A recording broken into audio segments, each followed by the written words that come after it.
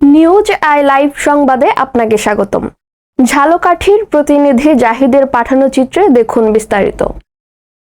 ঝালকাঠির নথুল্লাবাদে এলাকাবাসীর উদ্যোগে রাস্তা সংস্কার।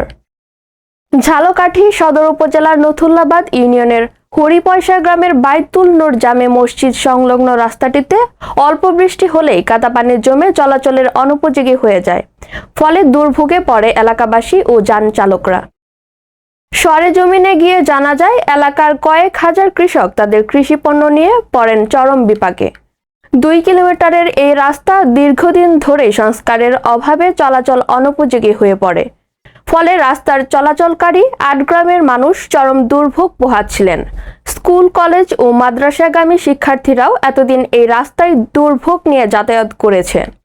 স্থানীয় যুবক মোহাম্মদ মতিন তালুকদার জানান, এই রাস্তার জন্য অনুনয় বিনয় করেছি, শুধু খালি আশ্বাস দিয়ে যায় কাল না পরশুদিন করবো। এইভাবে দীর্ঘদিন ধরে এই আশ্বাসের পর এখন আমরা নিজেরাই নিজেদের অর্থ দিয়ে এই রাস্তাটা নির্মাণ গেছে। আমি দেখে আমার খুবই অনুতপ্ত লাগছে যে এই রুগীটা কেমন করে চলে যাবে।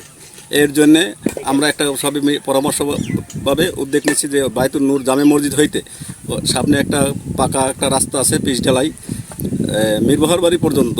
এই পিচঢালাইতে আপনার সংযোগটা করিয়ে দিলে প্রায় হাজার হাজার লোকের চলাচল করে। এবং এলাকাবাসী এর প্রতিকার চেয়ে জনপ্রতিনিধি ও সংশ্লিষ্ট কর্তৃপক্ষের কাছে রাস্তাটি পাকা করার দাবিতে লিখিত ও মৌখিক আবেদন করেও সাড়া পায়নি। তাই নিজেরাই উদ্যোগ নিয়ে স্বেচ্ছাশ্রমে গুরুত্বপূর্ণ সড়ক পাকা করছে।